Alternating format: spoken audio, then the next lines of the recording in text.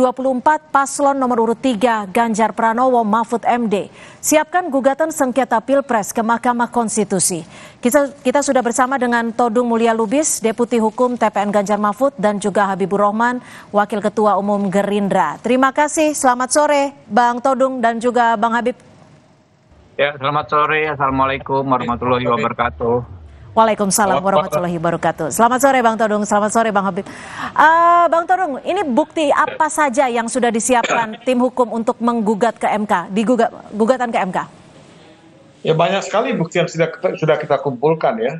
Selain C1 yang kita sudah dapatkan dari begitu banyak TPS, tentu kita bukti-bukti yang lain ya.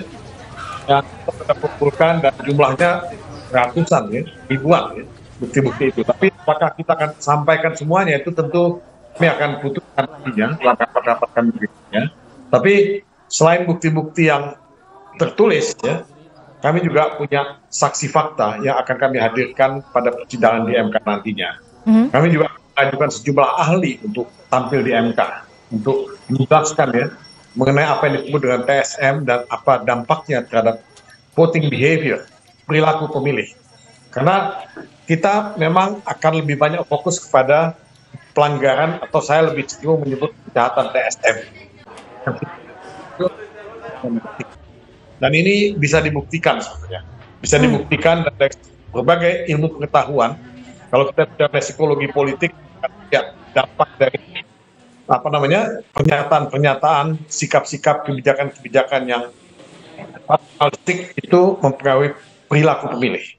Kalau kita lihat dari segi komunikasi politik, kita juga bisa membuktikan bahwa komunikasi politik itu punya dampak terhadap perilaku pemilih.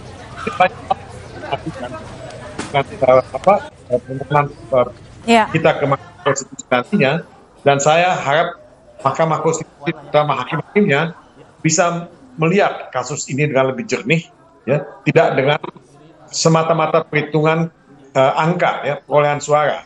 Menurut saya tidak akan menyelesaikan persoalan. Oke, Bang Todung, ada bukti tertulis, saksi fakta dan ahli. Untuk saksi faktanya dikabarkan ada seorang Kapolda. Siapa ini?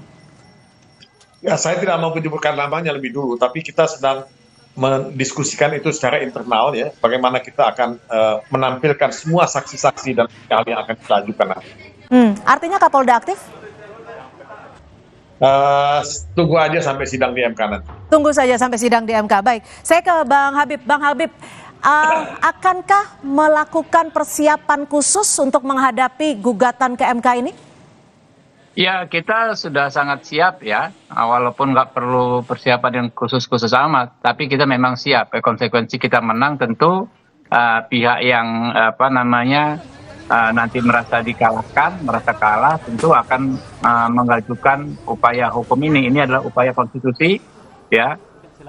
Teman-teman diajukan, nah kami akan hadir sebagai pihak terkait. Tapi kalau kita bicara soal TSM, ada dua hal besar yang menurut saya perlu kita garis bawahi. Pertama, ya, sejak diundangkannya Undang-Undang Nomor 7 Tahun 2017, jelas rezim TSM itu ya menjadi objek dari Bawaslu.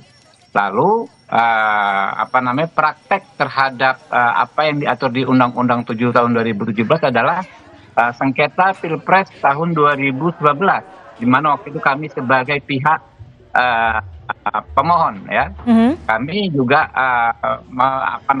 mengajukan argumentasi yang sama seperti kurang lebih disampaikan rekan-rekan saat ini, dan itu ditolak. Jadi kalau kita melihat undang-undang itu, satu aturan tertulisnya, kedua prakteknya. Aturan tertulisnya itu Undang-Undang Nomor 7 Tahun 2017, yang kedua praktek terhadap aturan itu yaitu PHPU Pilpres tahun 2019. Dua-duanya ya menegaskan bahwa kalau TSM itu ada rezim pengaturannya dan penindakannya sudah dialihkan ke Bawaslu. Jadi berbeda kita bicara TSM ya saat ini dengan TSM sebelum diundangkannya undang-undang tersebut. Seperti yang terjadi di pilkada-pilkada yang pernah disebutkan oleh Prof. Mahfud. Nah, kemudian kalau kita bicara soal TSM, kami juga percaya diri bahwa justru sebaliknya, kami ini sebenarnya ya adalah korban dari kecurangan yang TSM, walaupun kami menang, ya. Walaupun kami menang, karena dari kasus-kasus yang sudah terbukti banyak sekali mengarah bahwa memang TSM mulai dari kasus PJ Bupati Sorong, ya, kemudian kasus kepala-kepala daerah yang dinyatakan oleh Bawaslu memang sudah melanggar. Lalu kasus-kasus kementerian-kementerian yang digunakan untuk pemenangan paslon di luar paslon kami. Jadi apakah secara prosedural, ya, apakah secara substansi, kami insya Allah percaya diri menghadapinya. Oke, Bang Todung, ini ada dugaan kecurangan terstruktur, sistematif, dan juga masif. Apa yang unsur-unsur apa saja yang nanti akan dikuatkan dalam gugatan tersebut? Kalau kita melihat Undang-Undang Nomor 7 Tahun 2017, itu penafsiran TSM itu sangat sempit, hanya money politik. Tapi kan persoalan sengketa pilpres, ya, yang kita jadikan sebagai bahan untuk debat hari ini, itu persoalan yang sangat prinsipil. Kita mesti membaca pasal 22E Undang-Undang Dasar 45 yang mengharuskan pemilihan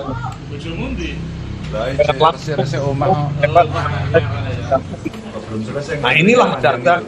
Nah, Mahkamah Konstitusi didesain untuk menyelesaikan kalau tidak terdengar, Mbak. Iya. Bang Todung, mohon maaf, ini audionya agak terganggu. Audio siapa nih? Audio Bang Todung kurang jelas. Kurang jelas. Ya, sekarang sudah jelas. Silakan dilanjutkan. Oke. Nah, saya mengatakan bahwa kalau kita melihat TSM itu semata-mata hanya dari Undang-Undang Nomor 7 Tahun 2017, itu sangat sempit dan itu tidak merefleksikan original intent, ya, dari pembuat Undang-Undang Dasar 45. Setiap sengketa pilpres yang diajukan ke MK itu didasarkan pada apa? Pada pasal 22E Undang-Undang Dasar 45 yang mengharuskan pemilihan umum itu dilakukan dengan jujur, adil, langsung, umum, dan bebas rahasia. Nah, disinilah inti dari persoalan yang kita hadapi. Nah, kita tidak mau itu hanya sebatas, ya, money politics. Kita tidak mau sengketa itu hanya soal perolehan suara. Jadi perolehan suara yang kita dapat, ya, pada tanggal 14 Februari, ya, ketika rakyat pemilih itu datang berbondong-bondong ke TPS, itu kan semua ditentukan oleh apa yang terjadi pada sebelum pencoblosan itu. Apakah itu pada masa kampanye, ya, mungkin juga jauh sebelum masa kampanye, itu sudah bisa dibuktikan. Nah, jadi ya, ini yang sebetulnya menjadi tantangan MK untuk betul-betul melihat secara jernih di mana esensi, ya, dari sengketa pilpres yang sedang kita hadapi ini. Jadi ya, jangan disempitkan. Oke, Bang Todung, ini kan juga disebutkan bahwa dugaannya adalah mobilisasi massa. Nanti yang akan dibuktikan dalam MK seperti apa? Nah, sebetulnya sih mobilisasi massa kan bisa kelihatan, ya, dan Anda juga bisa melihat bagaimana pembagian bansos itu dilakukan. Nah, ini semua, ya, sudah diberitakan di media. Bagaimana intimidasi itu bisa dilakukan misalnya terhadap kepala desa. Nah, kita mendapatkan banyak sekali keterangan dan informasi. Saya ketemu dengan beberapa pihak kepala desa di daerah yang kita minta untuk menjadi saksi, tapi mereka semua, ya, dihadapkan pada ketakutan untuk bisa bersaksi, ketakutan untuk memberikan keterangan, ketakutan nama mereka sendiri mereka tidak mau disebutkan. Nah, inilah iklim yang kita sedang hadapi sekarang ini. Nah, kalau kita ingin mengungkapkan kebenaran konstitusional, saya ingin menggunakan kata itu, kebenaran konstitusional, kita butuh keberanian dari semua pihak, baik itu saksi, baik itu ahli maupun hakim Mahkamah Konstitusi. Oke, Bang Habib, untuk menjawab ini ada pembagian bansos, dugaan intimidasi. Apakah ini juga sudah disiapkan oleh tim Anda? Atau ya, mungkin akan melakukan pembuktian terbalik? Bukan, nggak ada kaitannya pembuktian terbalik, Mbak. Jadi gini, saya bilang tadi, kalau kita bicara TSM, justru kami punya dasar kuat, punya bukti kuat, punya saksi banyak sekali bahwa kami adalah korban kecurangan TSM yang merugikan kami. Jadi artinya pelakunya baik paslon 1 maupun paslon 3. Nah, itu nanti akan kami buka juga di persidangan Mahkamah Konstitusi, ya. Kita soal adanya institusi-institusi tertentu, kementerian-kementerian, kepala-kepala daerah, PJ kepala daerah, yang memang secara terstruktur, sistematis, dan terjadi masif digunakan untuk kemenangan mereka. Nah, nanti kan kita bisa lihat Pak Todung tentu punya dalil, kami punya dalil, kan harus berdasarkan bukti. Nah, tapi kalau soal kewenangan konstitusional Mahkamah Konstitusi, menurut saya itu kan sudah kita sepakati bersama. Undang-undang tidak bisa diabaikan oleh siapapun karena undang-undang itulah bentuk kesepakatan kita semua. Undang-Undang Nomor 7 Tahun 2017 menurut saya undang-undang pemilu yang paling sempurna yang pernah ada karena dia mengakomodir, dia mengatur ya semua hal ihwal terkait pemilu sampai sedetail-detailnya, sampai undang-undang ini menjadi salah satu undang-undang yang pasalnya terbanyak dan undang-undang yang tertebal karena hal detail pun diatur di situ. Jadi apa yang kita risaukan, apa yang kita cemaskan, apa yang kita persoalkan, apa yang kita gugat sebenarnya bisa dilakukan sejak jauh hari ya. Oke.